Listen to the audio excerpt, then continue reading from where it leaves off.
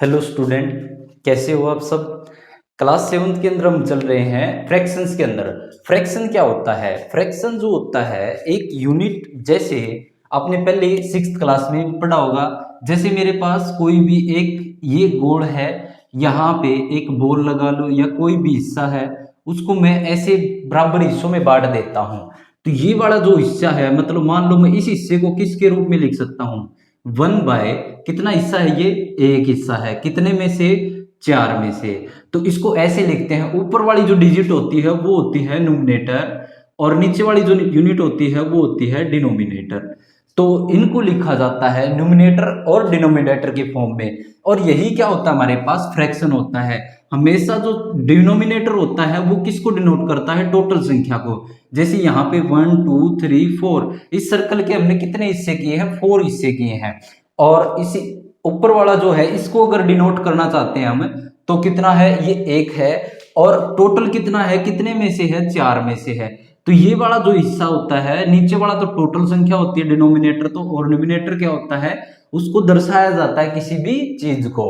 तो यहाँ पे फ्रैक्शन जो होती है वो क्या होती है, पी बाय क्यू की फॉर्म में होती है। पी बाय क्यू की फॉर्म में होती है। और यहाँ पे q is not equal to 0, और क्यू 0 नहीं हो सकती। ये जो नीचे वाली वैल्यू है, डिनोमिनेटर है, वो 0 नहीं हो सकती। पी बाई क्यू की फॉर्म को ही क्या बोलते हैं, फ्रैक्शन बोलते हैं। इसके कुछ पार टाइप होते हैं कि कैसे कैसी फ्रैक्शन होती है। आपके 3 टाइप आए हैं, तो है प्रॉपर फ्रैक्शन, प्रॉपर फ्रैक्शन, और दूसरी हमारे पास है इनप्रॉपर, इनप्रॉपर फ्रैक्शन। तीसरी हमारे पास होती है मिक्स्ड फ्रैक्शन, मिक्स्ड फ्रैक्शन। तो ये क्या होती हैं, देखो हमारे पास फ्रैक्शन का टॉपिक चल रहा है, तो फ्रैक्शन के अंदर ये पार्ट क्या होते हैं। तो देखो इसके अंदर प्रॉपर फ्रैक्शन के अंदर क्या होता है, बिल्कुल प्रॉपर होना फ्रैक्शन का। तो प्रॉपर में क्या होता है, जो हमारे पास पी अपॉन में क्यू की फॉर्म में होता है, उसके अंदर क्यू जो होता है वो बड़ा होता है। क्यू इज ग्रेटर देन किससे, पी से। तो इसका मतलब क्या है, जैसे एग्जांपल लेके चले हम, जैसे 1/2 हो गया, 1/3 हो गया, 1/4 हो गया, या 2/3 हो गया, या 4/5 हो गया। मतलब नीचे वाली जो डिनोमिनेटर वैल्यू होगी वो हमेशा बड़ी होगी, किससे, न्यूमरेटर से। प्रॉपर फ्रैक्शन क्या होता है, जो नीचे वाला जो डिनोमिनेटर होता है वो बड़ा होता है, किससे, न्यूमरेटर से। न्यूमरेटर से क्या है, नीचे वाला क्या है, हमेशा बड़ा है। देखो यहाँ पे भी ये होती है प्रॉपर फ्रैक्शन। प्रॉपर फ्रैक्शन में क्या होता है कि denominator is greater than numerator. तो यहां से इनप्रॉपर फ्रैक्शन क्या होता है, इसके अंदर भी क्या होता है, यहाँ पे जैसे 2/1 हो गया, या 3/2 हो गया, या 4/3 हो गया। मतलब इसके अंदर क्या होता है, ऊपर वाली बड़ी होती है, नीचे वाली छोटी होती है। ये इसका बिल्कुल उल्टा होता है। प्रॉपर क्या होती है, बिल्कुल प्रॉपर होना। प्रॉपर में क्या होता है, नीचे वाला जो डिनोमिनेटर होता है वो बड़ी संख्या होती है, और न्यूमरेटर जो होता है, ऊपर वाली संख्या, वो छोटी होती है। और इम्प्रॉपर में क्या होता है, इसका उल्टा हो जाता है। यहाँ पे ऊपर वाली जो संख्या होती है, जिसको न्यूमरेटर बोलते हैं, न्यूमरेटर तो बड़ा हो जाता है, न्यूमिनेटर्स, और एक होता है डिनोमिनेटर। तो दो संख्या होती है, ऊपर वाला तो न्यूमरेटर बोला जाता है, नीचे वाले को डिनोमिनेटर, जिसको हिंदी में अंश और नीचे वाले को हर बोलते हैं। तो इसके अंदर क्या होता है, लास्ट हमारे पास मिक्स फ्रैक्शन है। मिक्स फ्रैक्शन कैसा होता है, मिक्स फ्रैक्शन होता है हमारे पास जैसे 2 से 1/2। अब ये वाला मिक्स फ्रैक्शन होता है। मिक्स कैसे होता है, जैसे हमारे पास 2 + 1/2 को, यहाँ पे हमारे पास इसको ये लिख सकते हैं कि ये वाली वैल्यू है कि मिक्स फ्रैक्शन, एक प्रॉपर फ्रैक्शन और एक दूसरी कोई संख्या मिलकर के जो बनती है वो होती है हमारे पास एक प्रॉपर फ्रैक्शन, मिक्स फ्रैक्शन। तो इसको सोल्व करेंगे तो कैसे होता है, इसकी इससे मल्टीप्लाई, 2 2 जा कितना, 4 4, और ऊपर वाले के साथ प्लस होता है, तो 5/2 के रूप में जब इसको प्रॉपर फ्रैक्शन में लेके आते हैं। तो मिक्स फ्रैक्शन कैसा होता है, जैसे 1 से ही 1/2, ऐसी ये कोई संख्या होती है, ऐसे ही 2 से ही 3/4, ऐसे कुछ संख्याएं होती हैं जो हमारे पास ये इसके मल्टीप्लाई में होता है। और ऐसी संख्याओं को हम क्या बोलते हैं, मिक्स फ्रैक्शन। तो ये हमारे पास कुछ टाइप है, इस साल हम पढ़ने को देखने को मिलेंगे। क्या टॉपिक हमारे पास फ्रैक्शन का टॉपिक है। फ्रैक्शन में क्या होता है, पी बाई क्यू की फॉर्म में नंबर होते हैं। तो फ्रैक्शन का शायद आपको 6th क्लास में देखा भी होगा कि फ्रैक्शन कौन सी संख्याएं फ्रैक्शन होती है। अगर आपको ना पता हो तो देखो, हमारे पास फ्रैक्शन वो होती हैं जो पी बाई क्यू, जैसे 1/2 हो गया, 1/3 हो गया, 2/3 हो गया, 4/5 हो गया, ऐसी संख्याएं तो हमारे पास फ्रैक्शन होती हैं। लेकिन जिसके साथ ये वाली वैल्यू ना हो, क्या पता डिवाइड, ये जो डिवाइड में वैल्यू है डिनोमिनेटर ना हो, तो भी वे क्या होते हैं, हमारे पास फ्रैक्शन होती है। जैसे कि हमारे पास सारी जो नंबर हैं, जैसे 1 2, ये वाली संख्या है 1 2 3 4 5 6 7 8, ये वाले जो नंबर है हमारे पास, सबके नीचे हम 1 लगा सकते हैं। किसी के नीचे, सबके नीचे क्या लगा सकते हैं, 1 लगा सकते हैं। तो जो ऊपर वाली एक एक नंबर के अंदर ऊपर संख्या होती है, उसके नीचे भी हम क्या लगा सकते हैं, 1 लगा सकते हैं। तो ये वाली जो संख्याएं होती हैं जिसके नीचे 1 लगा सकते हैं हम, वो वाली क्या हो जाती है, वे सारी फ्रैक्शन हो जाती हैं, फ्रैक्शनल, जो पी बाई क्यू की फॉर्म में होती हैं। अब उसके बाद यहां से डेसिमल का टॉपिक आता है। तो डेसिमल क्या होते हैं, जैसे जैसे आप छोटी क्लासेस के अंदर सोल्व करते थे, एक क्वेश्चन लेके चलते हैं।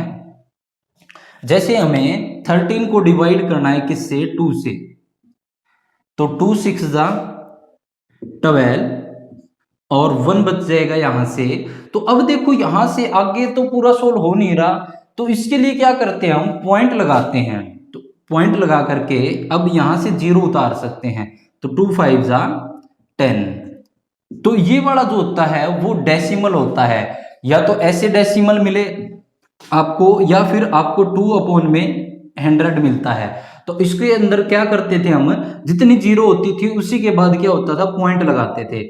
जैसे यहाँ पे 3 और लिख दूं मैं, तो जैसे 2 और 3, 1 2, और यहाँ पे क्या लग जाएगा, पॉइंट लग जाएगा। ये वाली डेसिमल की संख्या आपने पिछली साल 6th क्लास में फ्रैक्शन और डेसिमल का टॉपिक अलग अलग आपने किया होगा, अब की बार ये इकट्ठा है। तो इस टॉपिक को करेंगे एक बार, तो ये थोड़ा सा डिटेल था। अब नेक्स्ट क्वेश्चन शुरू करेंगे 2.1 एक्सरसाइज के। तो एक बार इसको नोट कीजिए, क्वेश्चन करवाते हैं।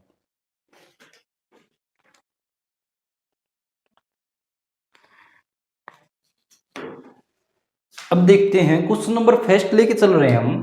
क्वेश्चन नंबर फर्स्ट के अंदर सोल्व करना, हमें कुछ क्वेश्चन दे रखे हैं, उनके अंदर हमें क्या करना है, प्लस या माइनस करना है। सिंपल संख्या को प्लस माइनस करना आसान होता है, लेकिन जब हमारे पास फ्रैक्शन वाली संख्याएं आती हैं उनको प्लस कैसे करेंगे। जैसे मैं फर्स्ट पार्ट लेके चलूं, अब देखो इसके एक के नीचे तो 5 है और दूसरे के नीचे कुछ नहीं है, तो एलसीएम लेना होता है। या तो इसके नीचे 1 लगा करके सोल्व कर सकते हैं हम, तो 1 लगा करके सोल्व करें तो एलसीएम लेके चलना होता है। तो एलसीएम 1 और 5 का एलसीएम क्या आ जाएगा, 5 पे जाएगा, ये तो 1 है ही, तो एलसीएम कितना आ जाएगा, 5। वही एक संख्या है, वही संख्या हमारे पास क्या आ जाती है, एलसीएम। एलसीएम को क्या करना होता है, इस 1 से डिवाइड करके देखना होता है। तो ये तो एज इट इज 5 1 जा 5 हो जाएगा, और 5 की मल्टीप्लाई किसके साथ करनी होती है, 5 2 जा 10। उसके बाद इस एलसीएम को इससे काट के देखना होता है, बिल्कुल सेम। इस एलसीएम को इससे कैंसिलाइज करें तो 5 1 जा 5, और इस 1 की मल्टीप्लाई इस 3 के साथ, तो -3। तो अब यहां से हमारे पास वैल्यू क्या बच जाएगी, देखो प्लस वाली जो क्वांटिटी होती है वो हमारे पास होती है, और माइनस वाली किसी को हमने दे रखी है। तो देखो +10 हमारे पास है और -3 किसी को हमें देने हैं। तो यहाँ पे अब हमारे पास अगर 3 रुपए में किसी को दे देता हूं तो मेरे पास रुपए कितने बचेंगे, रुपए बचेंगे 7, और वे भी प्लस के। तो यहां से कितना बच जाएगा, 7/5। ये हमारे पास इसका क्या जाएगा, फर्स्ट पार्ट का आंसर आ जाएगा। नेक्स्ट हम देखें, नेक्स्ट पार्ट देखते हैं, ये हमने कर लिया सोल्व। अब सेकंड पार्ट देखते हैं। अब सेकंड पार्ट के अंदर, सॉरी थर्ड पार्ट लेके चला हूं मैं, तो थर्ड के अंदर क्या है, हमारे पास दो अलग अलग वैल्यू है, तो एलसीएम लेके चलना होता है 5 और 7 का।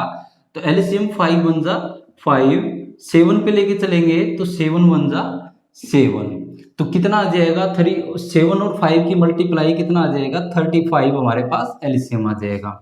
ये एलसीएम आने के बाद वही स्टेप हमारे पास, स्टेप क्या होगा, इस 35 को किससे डिवाइड करेंगे, जो हमारे पास एलसीएम है इस 5 से डिवाइड करेंगे। 5 से डिवाइड करें, 5 7 जा 35, इसके बाद ये वाला जो 7 आता है इसके ऊपर वाले के साथ मल्टीप्लाई, तो 7 किसके साथ मल्टीप्लाई करेंगे, 3 7 जा 21 और प्लस।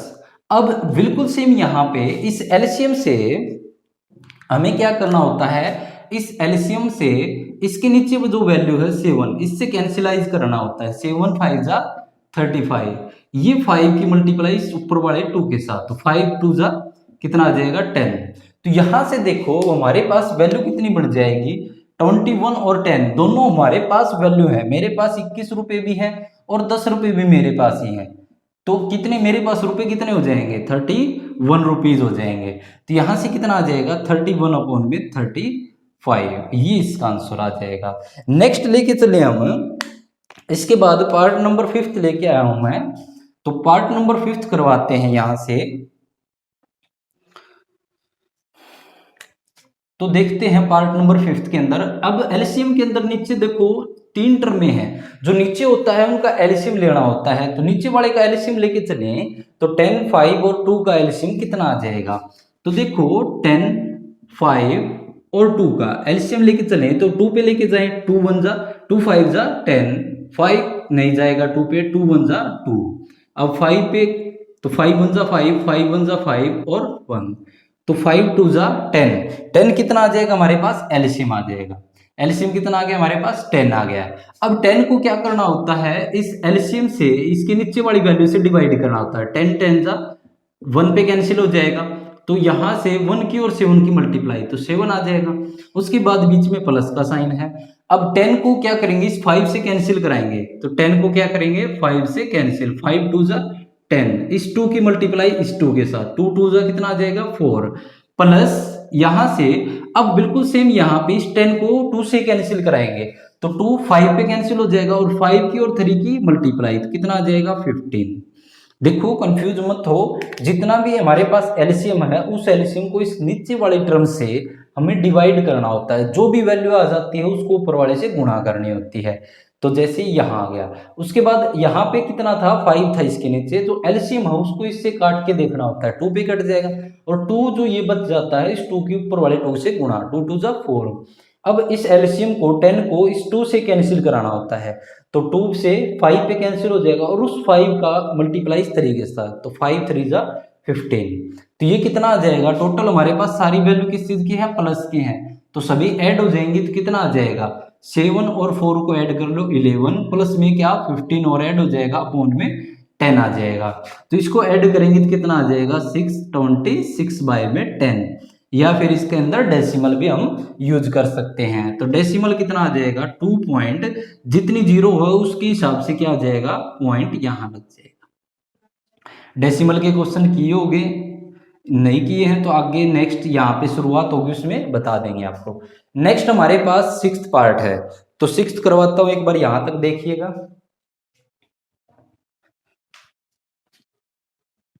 तो 6th पार्ट में यहां लेके चलता हूं। 6th पार्ट के अंदर है 2 सही 2/3 प्लस 3 सही 1/2। अब ये वाला है, पहले तो ये मिक्स फ्रैक्शन के अंदर दे रखे हैं, मिक्स फ्रैक्शन में सॉल्यूशन नहीं होगा, तो पहले इसको क्या करेंगे प्रॉपर फ्रैक्शन में बदलेंगे। 3 2 जा 6, 6 और 2 ऐड हो जाए, इसकी और इसकी तो मल्टीप्लाई, 6 और इसके साथ ऐड करना पड़ेगा, तो 6 और 2 8, 8/3। देखो इसकी और इसकी तो गुणा, 3 2 जा 6, और जो आया है उसके ऊपर वाले के साथ ऐड कर देंगे +2, तो 6 और 2 8, 8/3। बिल्कुल सेम यहाँ पे 3 2 जा 6, 6 में 1 क्या हो जाएगा ऐड हो जाएगा, तो 7/2। नीचे जो आएगा वो क्या आएगा, जो ये 3 जो ये 2 ये बड़ी वैल्यू। अब देखो यहां से भी क्या करेंगे एलसीएम लेंगे, एलसीएम क्या आ जाएगा, दोनों अलग अलग वैल्यू है, तो 3 2 जा 6 हमारे पास एलसीएम आ जाएगा। अब उस एलसीएम को इस 3 से क्या करना होता है भाग देना होता है, इस 3 से भाग देना होता है, तो इससे भाग देंगे तो 3 1 जा 3, 3 2 जा 6 पे ये कट जाएगा। ये वाला जो 2 आया है इस 2 के ऊपर वाले के साथ गुणा करनी होती है, तो 8 2 जा 8 दूनी 16। उसके बाद देखो इस 6 को क्या करेंगे इस 2 से कैंसिल कराएं, इस वाले नीचे वाले एलसीएम से, मतलब नीचे वाली वैल्यू डिनोमिनेटर से, 2 से 2 1 जा 2, 2 3 जा 6, तो यहां से ये वाली जो वैल्यू आई है 3, इसके 7 के साथ मल्टीप्लाई, 7 ये 21, तो ये आ जाएगा। अब यहां से इन दोनों को ऐड कर दे, क्योंकि दोनों प्लस की वैल्यू है, तो दोनों मेरे पास दोनों है, 21 भी है और 10 भी है, तो मेरे रुपए क्या हो जाएंगे, बढ़ जाएंगे।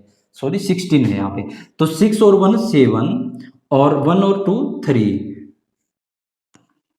अपॉन में 6, ये इसका क्या आ जाएगा, आंसर आ जाएगा। तो ये थे हमारे पास इसके कुछ पार्ट लेके आया हूं मैं, आगे मैं करवाता हूं, एक बार इसको नोट कीजिएगा।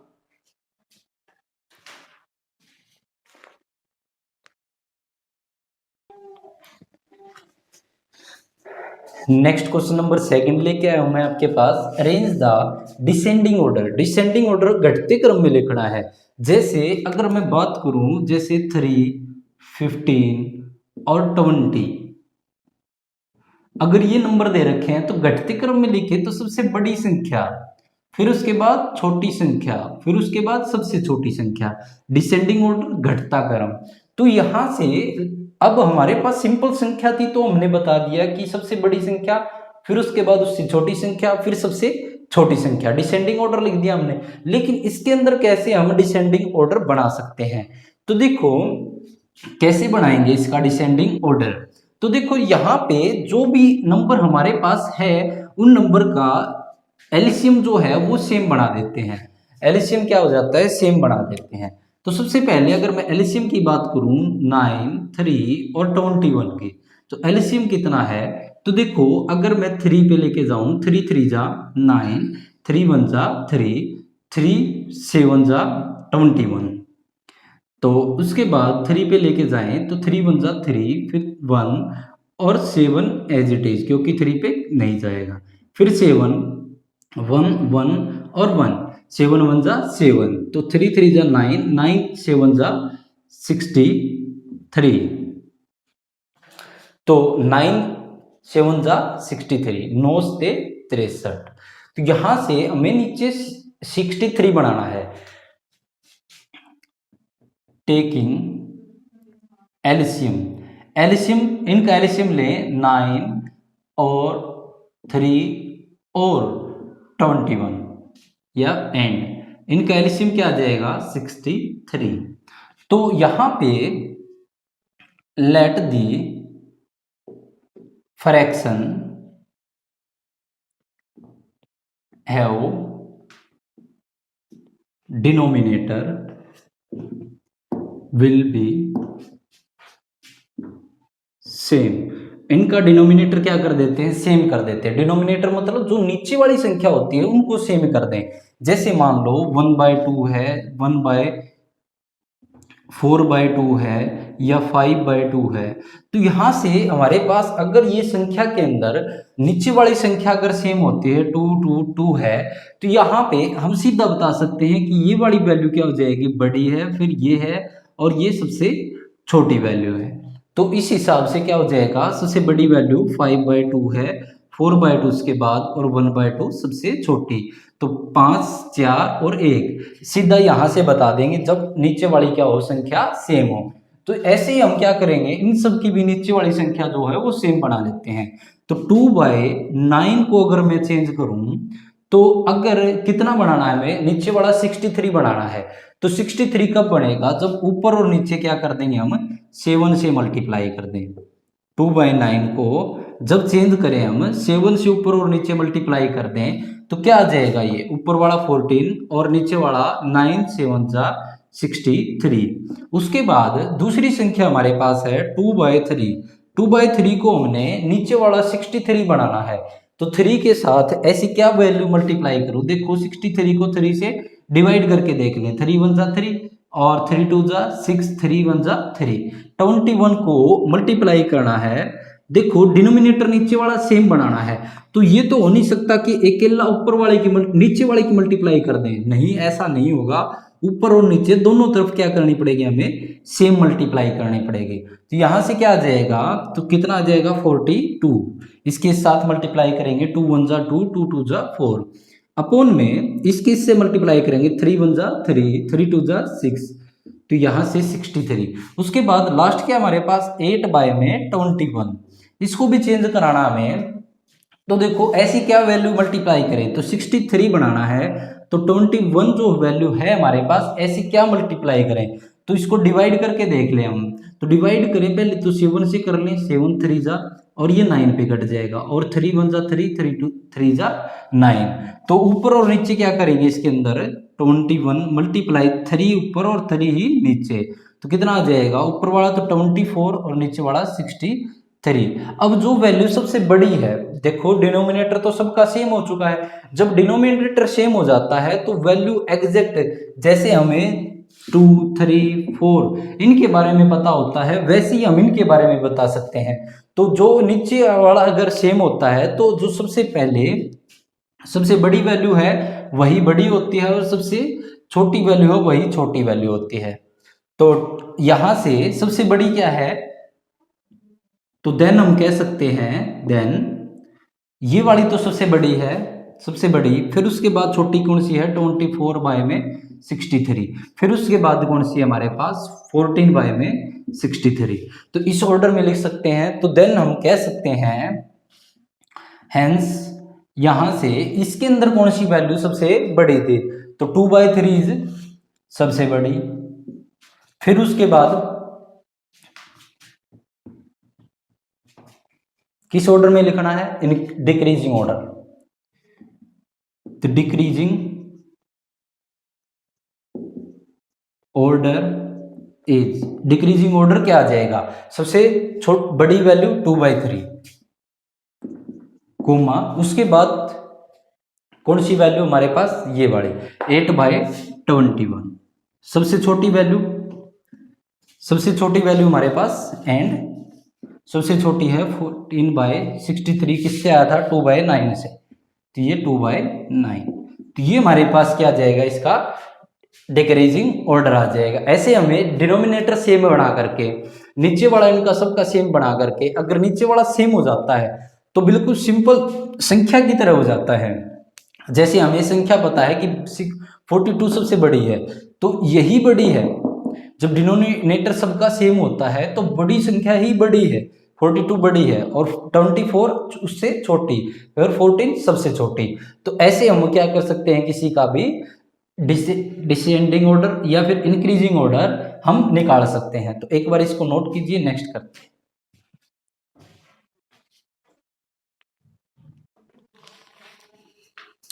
नेक्स्ट देखते हैं क्वेश्चन नंबर 4। क्वेश्चन नंबर 3 जो है उसके अंदर एक बॉक्स है, बॉक्स के अंदर इस तरफ से भी इक्वल आते हैं इस तरफ से इक्वल, तो उसको इक्वल ही बना के दिखाना है बस, और कुछ नहीं है। तो नेक्स्ट करते हैं हम, क्वेश्चन नंबर 4 है ए रेक्टेंगुलर शीट ऑफ पेपर।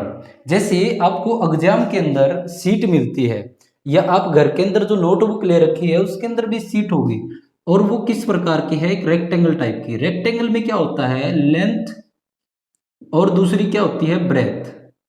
मतलब हमारे पास जो रेक्टेंगल होता है उसकी लंबाई होती है और चौड़ाई होती है, मतलब ऐसी सीट जिसकी लंबाई और चौड़ाई होती है। जो फोन आप यूज कर रहे होगे जिस क्वेश्चन देखते वक्त, उसके अंदर आप देखना उसकी लंबाई जो है और उसकी चौड़ाई जो है, दो चीजें हैं, तो वो भी एक रेक्टेंगल टाइप का ही है। आप जो फोन यूज कर रहे हो, जिससे वीडियो देख रहे हो, वो भी एक रेक्टेंगल है। तो उसके अंदर क्या है, एक रेक्टेंगल टाइप की सीट है, उसकी लंबाई जो है, लॉन्ग मतलब लंबाई जो है वो कितनी है, 12 से ही 1/2 सेंटीमीटर लेंथ दे रखी है। और दूसरी एंड ब्रेथ, ब्रेथ कितनी दे रखी है, विड्थ मतलब होती है ब्रेथ, और लॉन्ग मतलब लंबाई, लंबाई लेंथ, और विड्थ मतलब चौड़ाई, चौड़ाई यहाँ पे ब्रेथ, 10 से ही 2/3 सेंटीमीटर, ये दोनों दे रखी है। और हमें निकालना क्या है, पैरामीटर, पेरीमीटर निकालना है। पेरीमीटर क्या होता है, किसी भी चीज का अगर पेरीमीटर की बात करूं तो पैरामीटर वही चीज होती है जिसका यूज करके वो वस्तु बनाई जाती है। जैसे अगर मैं कोई ऐसी चीज नहीं है यहाँ पे एग्जांपल देने लायक, तो देखो यहां से, जैसे मान लो यहां से हमने यूज किया, किसी रस्सी को यूज कर ले या फिर ऐसे ही लंबाई इसकी मापना शुरू कर दें, यहां से फिर यहां तक, फिर यहां से फिर यहां तक, जब आखिरी सिरा यहीं पे आ जाता है तो वो वाली यहां से लेकर यहां तक की इसकी जो लंबाई होती है किसी भी चीज की, वही क्या होता है, हमारे पास पैरामीटर होता है। जो फोन आप यूज कर रहे होते हो उस फोन के अंदर चारों तरफ से ऐसे उसको माप के देख लो, चाहे इंची टेप से या उससे तो वही क्या होता है, इसका पैरामीटर होता है, मतलब इसकी लंबाई होती है, मतलब पूरी इसकी लंबाई पूछी जाती है। पैरामीटर का मतलब यही होता है कि उसकी कंप्लीटली यहां से लेकर यहां तक पूरी लंबाई कितनी है, तो उसी वही चीज हमें पूछी गई है।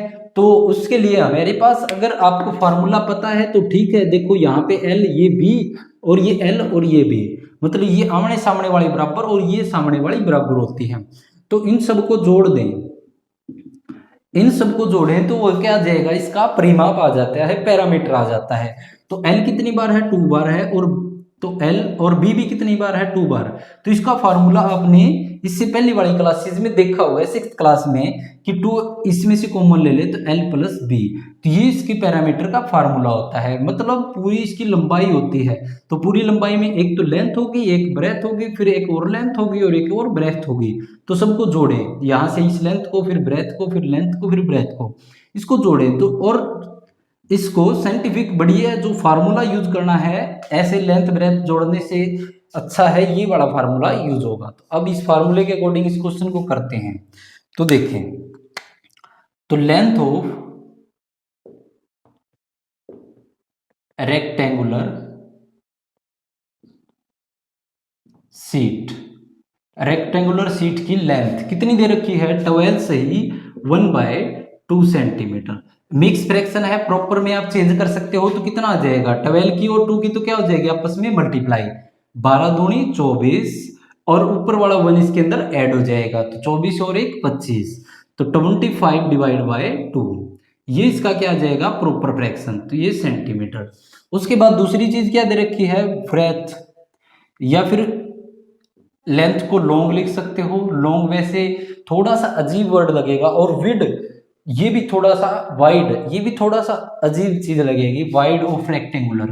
तो ब्रेथ, लेंथ और ब्रेथ से ही डिनोट करते हैं इनके, लेंथ और ब्रेथ को, ऑफ रेक्टेंगुलर शीट। ये वाला जो डैश डैश लगा है मतलब ऊपर वाला है सेम, तो आप यूज मत करना, आप सीधा इसको प्रॉपर लिखना।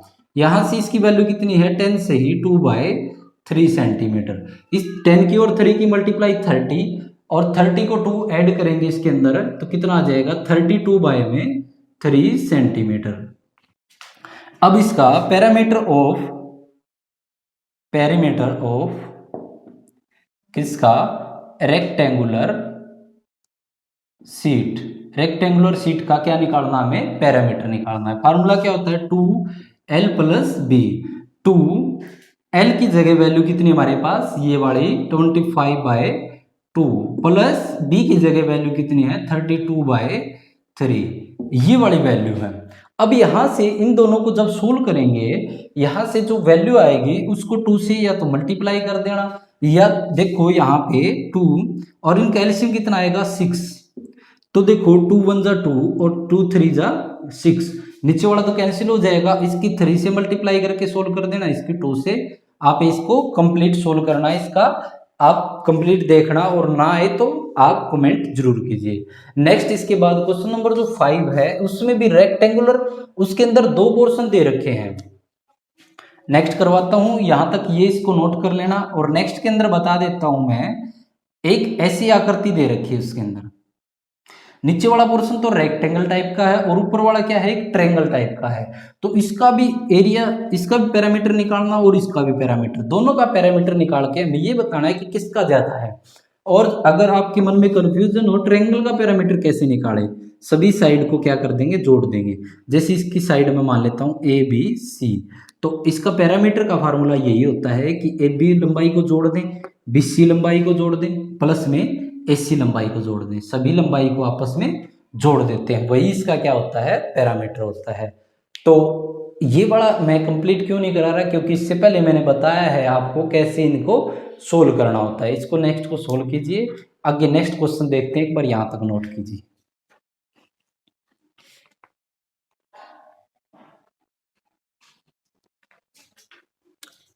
नेक्स्ट देखते हैं क्वेश्चन नंबर 6। क्वेश्चन नंबर 6 है हमारे पास, साहिल नाम का एक लड़का है, वांट चाहता है, टू पुट रखना, ए picture photo in a frame, frame के अंदर। आपने देखा होगा घरों के अंदर जो सीनरी वगैरह होती है फ्रेम के अंदर मिलती है, आपको आपने घर पे जरूर देखा होगा। तो साहिल नाम का एक लड़का है, वो भी एक फ्रेम के अंदर पिक्चर रखना चाहता है, द पिक्चर जो पिक्चर है उसकी चौड़ाई जो है, चौड़ाई मतलब उसकी जो लेंथ होती है, जैसे ये पिक्चर होगी उसकी लेंथ ये वाली जो होगी विड्थ हमारे पास जो चौड़ाई होती है वो वाली उसकी कितनी है हमारे पास 7 सही 3/5 इज विड्थ वाइड, चौड़ाई इसकी ये है हमारे पास। तो ये उसकी चौड़ाई है। तो फिट करना है इन द फ्रेम के अंदर the picture can not B, और फ्रेम के अंदर जो फोटो है वो can not be more then नहीं आ सकती, किससे बड़ी, इससे बड़ी, इसकी चौड़ाई से बड़ी नहीं आ सकती। मतलब जो है फोटो जो है वो थोड़ी सी चौड़ी है, चौड़ाई उसकी अधिक है और फ्रेम जो है उसकी चौड़ाई कम है। तो हमें क्या करना पड़ेगा, how much should the picture be trimmed, तो कितनी फोटो को हम काटें, कितनी बड़ी फोटो को हम काट सकते हैं। तो देखो मैं एक फोटो और एक छोटा सा एक उदाहरण लेके आया हूं। ये मेरे पास एक फोटो है, तो इस फोटो को मैं इस फ्रेम के अंदर रखना चाहता हूं, इस फ्रेम के अंदर। तो देखो अगर मैं बात करूं इसके अंदर, तो आपको अगर नजर आए तो देखो यहाँ पे थोड़ा सा एक्स्ट्रा पोर्शन आपको नजर आ रहा होगा, दोनों तरफ एक्स्ट्रा है। तो कितनी फ्रेम तो देखो ये वाला रह गया हमारे पास, और फोटो जो है वो इससे इतनी बड़ी है, देखो यहां दिख रही होगी। तो इस फोटो को क्या करना पड़ेगा, टर्मिनेट करना पड़ेगा, काटना पड़ेगा। कैसे काटेंगे इस फोटो को, इस फ्रेम के साथ इसको क्या करेंगे, इक्विवेलेंट रखेंगे ऐसे, और फिर इस फोटो को ऐसे क्या कर देंगे, काट देंगे। जैसे मैंने एक तरफ का हिस्सा ये आपके सामने ही काट दिया है। तो ऐसे ही आपको भी क्या करना है, एक फ्रेम के अंदर अगर फोटो रखनी है तो उसको कैसे टर्मिनेट करें, ये बड़ा क्वेश्चन है। तो कैसे टर्मिनेट करेंगे, तो पहले तो क्या लिख देंगे, पिक्चर की width, the wide width of picture, width भी लिख दे, टीएच लगा दें यहां से, विड्थ ऑफ पिक्चर कितनी हमारे पास 7 से ही 3/5 सेंटीमीटर, इतनी चौड़ाई की हमारे पास पिक्चर है, जैसे ये पिक्चर है, ठीक है। तो यहां से इसको सोल्व करें तो कितना आ जाएगा, 37 और 5 की मल्टीप्लाई और फिर 3 ऐड कर दें तो कितना आ जाएगा 38/5। यहां से ये वाली तो क्या आ जाएगी, इस फोटो की चौड़ाई हो जाएगी। उसके बाद द विड्थ ऑफ, किस चीज की, हमें किसके अंदर रखना है इसको, फोटो के अंदर, किसके अंदर, फ्रेम के अंदर डालनी है। फ्रेम की विड्थ कितनी हमारे पास 7 से ही 3/10 सेंटीमीटर। मतलब ये बोल रहे हैं कि the picture can not be, इस फ्रेम के अंदर फिट नहीं हो सकती। To fit in the frame के अंदर picture can not be more than, इससे ज्यादा 7c3/10 सेंटीमीटर, इससे ज्यादा फ्रेम के अंदर फोटो नहीं आ सकती, इसकी चौड़ाई से अधिक फोटो नहीं आ सकती। इसको सोल्व करें तो वो कितना हो जाएगा, तो देखो 7 की इससे मल्टीप्लाई करें 70 प्लस 3 73/10, ये आ जाएगा। ये वाली जो है वो क्या है, इसके अंदर नहीं आ सकती। वैसे अगर इसको सोल्व करें तो ये तो 7.3 है, और इसको सोल्व करें तो ये कितना आ जाएगा, देखो 7 पे चला जाएगा, उसके बाद 3 और 6, 7.6 ये है। तो मतलब ये वाली जो है चौड़ाई फोटो की क्या है, ज्यादा है और इसकी कम है। ये लेके नहीं चलना, हमें इसी के साथ सोल्व करना है, फ्रैक्शन के साथ। तो हमें जो फोटो काटनी है, जो मैंने फोटो काटी अभी थोड़ी देर पहले, तो क्या आप बता सकते हो वो किस हिसाब से काटी है। मैंने कब क्या किया था, फोटो बड़ी है किससे, फ्रेम से। तो फ्रेम के अंदर हमने क्या किया था, फ्रेम इसके साथ लगाया और इस फोटो को काट दिया। तो हम भी क्या करेंगे, द पिक्चर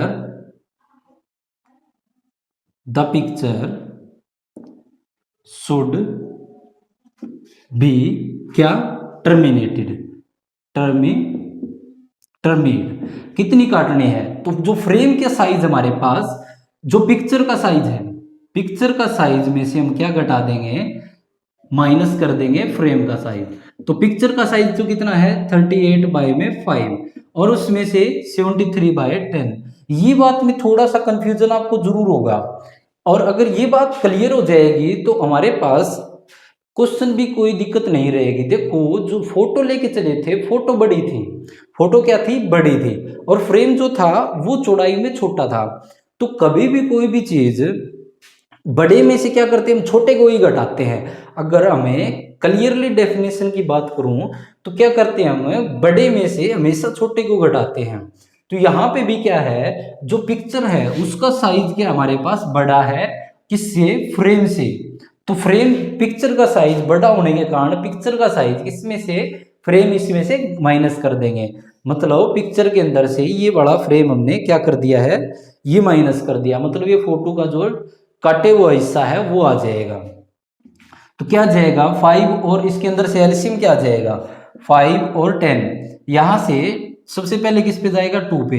ये 2 पे जाएगा नहीं, 2 5 5 10 जा 5 2 जा 10 होता है। 5 पे 5 1 जा 5 5 1 जा 5, तो एलसीएम कितना आ जाएगा 10 आ जाएगा। तो 10 एलसीएम। तो एलसीएम को क्या करते हैं अब, बिल्कुल वही काम, इस एलसीएम को इस नीचे वाले 5 से क्या करेंगे, डिवाइड करेंगे। 5 2 जा 10, इस 2 के ऊपर वाले के साथ क्या कर देंगे, मल्टीप्लाई कर देंगे।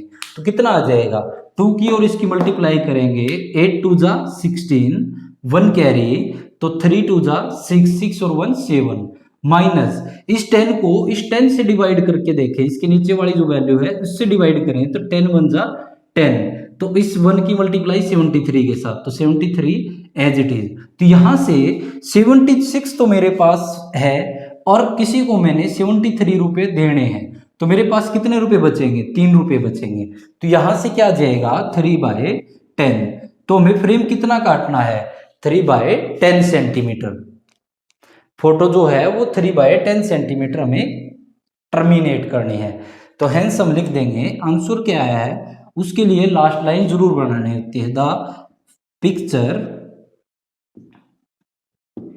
should be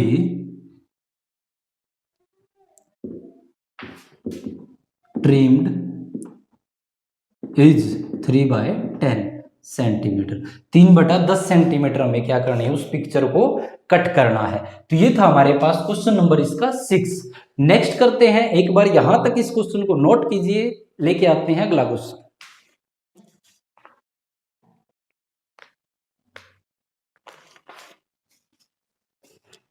नेक्स्ट देखते हैं क्वेश्चन नंबर 7। रितु ईट खाती है 3/5 पार्ट ऑफ एन एप्पल। एक एप्पल है, एक सेब है, उसका 3/5 हिस्सा कौन खाती है, रितु खाती है। तो देखो मैंने जब फ्रैक्शन शुरुआत की थी उस टाइम पे एक एग्जांपल लिया था, और यहाँ पे भी एक एग्जांपल लेके चलते हैं। तो एक एप्पल है, उसके कितने हिस्से करने हैं, देखो नीचे वाला जो होता है वो उसके टोटल हिस्से होते हैं, किसके, एप्पल के। 1 2 3 4 और 5, 1 2 3 4 5, तो 5 हिस्से कर दिए किसके, एप्पल के। और इनमें से 3/5 मतलब टोटल 5 हिस्से थे, उसमें से 3 हिस्से किसने खा लिए, रितु ने खा लिए। यहां तक का सेब वो खा चुकी है। तो दूसरा जो है हमारे पास एंड द रिमेनिंग, और बचा हुआ जो एप्पल है वाज ईटन खाया जाता है बाय हर, उसके ब्रदर सोनू, उसका भाई सोनू खाता है। मतलब 3 हिस्से ये खा करके बचा हुआ हिस्सा कितने बच जाएगा, बचे कितना हिस्सा है, तो हाउ मच कितना पार्ट ऑफ द एप्पल, सेब का, डिड सोनू ईट, तो सोनू कितना हिस्सा खाएगा। तो टोटल हिस्से कितने थे, टोटल 5 हिस्से किए थे, उसमें से 2 हिस्से बच गए और बचे में 5, तो हिस्सा कितना है उसका 2/5। तो आगे क्वेश्चन क्या कह रहा है, who had the larger share, किसका ज्यादा हिस्सा था, किसने ज्यादा सेब खाया था, इसने 3/5 खाया, इसने 2/5। तो 2 बड़ा है या 3 बड़ा है, बड़ा तो है 3, तो इसका मतलब रितु ने क्या है, बड़ा हिस्सा खाया था। मतलब ज्यादा सेब किसने खाया, रितु ने खाया। बाय हाउ मच, कितना ज्यादा खाया, तो देखो इसने जो खाया था और इसके अंदर माइनस करेंगे तो कितना ज्यादा खाया था, एक हिस्सा ज्यादा खाया था, मतलब 1/5 हिस्सा उसने ज्यादा खाया था। ये तो हमारे पास हमने थ्योरेटिकली इसको समझा है और इसको हमने सोल्व किया है। अब इसको कैसे हम स्टेटमेंट के तौर पे सोल्व करेंगे वो देखते हैं, एक बार देखो। तो स्टेटमेंट लेके चलें, तो शुरुआत करते हैं सॉल्यूशन की। तो रितु 8 एप्पल इजिकल टू में 3/5 पार्ट। रितु ने जो एप्पल खाया है वो कितना खाया है? 3/5 पार्ट। तो कितना खाया? इतना। तो सोनू का हमें बताना है, सोनू ईट एप्पल। पार्ट यहां भी लिखना चाहो तो यहां भी लिख सकते हो, एप्पल पार्ट इजिकल टू में कितना, टोटल कितना था हमारे पास? एप्पल पूरा एक एप्पल था, उस एक एप्पल में से उसने कितना खाया है? 3/5 खाया है। मतलब सोनू का हिस्सा कब आएगा? जब हमारे पास पूरा कितना, एक ही सेब के बारे में बात कर रहे हैं। ये नहीं कि 2 या 3 सेब है, एक ही सेब खाना है और उस सेब में से भी रितु ने कितना हिस्सा खा लिया? 3/5 हिस्सा खा लिया। तो हमें क्या देखना है कि सोनू ने कितना हिस्सा खाया। तो देखो एलसीएम, एक ही संख्या है तो वही क्या आ जाएगी? एलसीएम। और इसके साथ 1 लगा सकते हैं, नीचे कुछ नहीं है तो 5, और 1 को डिवाइड करके देखें तो 5 एज इट इज, 5 की 1 के साथ मल्टीप्लाई तो 5, इसको इससे काट के देखें तो 5 और अपॉन में 5 करें तो 5 1 जा 5, 3 की और 1 की मल्टीप्लाई, तो ये 3 एज इट इज। तो देखो 5 में से 3 माइनस करें, देखो 5 हिस्से मेरे पास हैं, उसमें से 3 हिस्से मैं किसी को दे रहा हूं, तो हिस्सा मेरे पास कितना बचेगा? 2 हिस्से। तो सोनू के पास कितने हिस्से बचे? 2/5। तो सोनू ने सेब का हिस्सा कितना खाया? 2/5 हिस्सा खाया। तो ये था हमारे पास एक पार्ट का आंसर आ चुका है कि सोनू ने कितना हिस्सा खाया। सोनू ने खाया 2/5। वू हैड लार्जर शेयर, किसने ज्यादा हिस्सा खाया? किसने खाया? Who had larger share. Larger share किसका था? रितु है वो,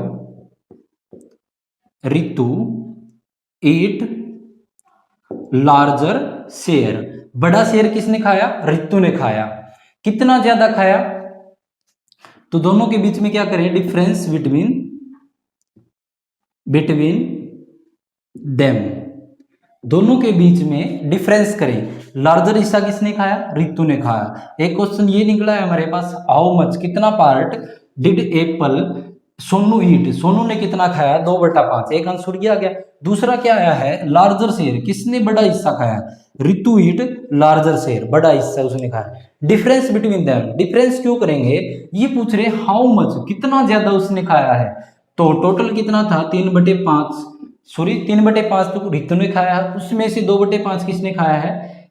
सोनू ने खाया है। तो लार्जर पार्ट 5 क्या आ जाएगा? एलसीएम, दोनों के नीचे सेम वैल्यू है तो एलसीएम लेके भी चले तो क्या आ जाएगा? 5 को एलसीएम लेके चले, 5 1 जा 5, तो एलसीएम 5 आ जाएगा। इस 5 से इस 5 को कैंसिल कराएं तो 1, तो 1 की 3 के साथ मल्टीप्लाई 3, ऐसे यहाँ पे भी 2 एज इट इज। तो कितना हिस्सा मेरे पास? 3 है, उसमें से 2 किसी को दे रहा हूं तो कितना बच जाएगा? 1/5 पार्ट। तो किसने ज्यादा खाया? रितु ने। और कितना ज्यादा खाया? 1/5 पार्ट ज्यादा खाया, मतलब एक हिस्सा ज्यादा खाया। तो ये था हमारे पास क्वेश्चन नंबर 7। अब लेके आए क्वेश्चन नंबर 8 और 5। इस एक्सरसाइज में से मैंने छोड़ा है आप लोगों के लिए, कौन सा? 8th and 3rd, sorry 3rd नहीं था, 5th पार्ट था। तो 2 मैंने छोड़े आपके लिए, 5th और 8th क्वेश्चन। तो ये दोनों क्वेश्चन आप स्वयं ट्राई कीजिएगा, और अगर प्रॉब्लम आती है तो कमेंट कीजिएगा, उसके लिए मैं स्पेशल वीडियो लाऊं। तो आशा है कि आपको वीडियोस के अंदर कराए गए क्वेश्चन समझ में आए होंगे। समझ में आए हैं तो लाइक कीजिएगा और कमेंट जरूर कीजिएगा कि पसंद आया या नहीं आया। और आगे भी ऐसी वीडियो चलाते रहना है तो आप कमेंट कीजिएगा, नहीं तो मैं आज पहली वीडियो लेके आया हूँ और पहली वीडियो से ही आपका रिस्पॉन्स अच्छा मिलेगा तो आगे वीडियो लेके आऊँगा। धन्यवाद।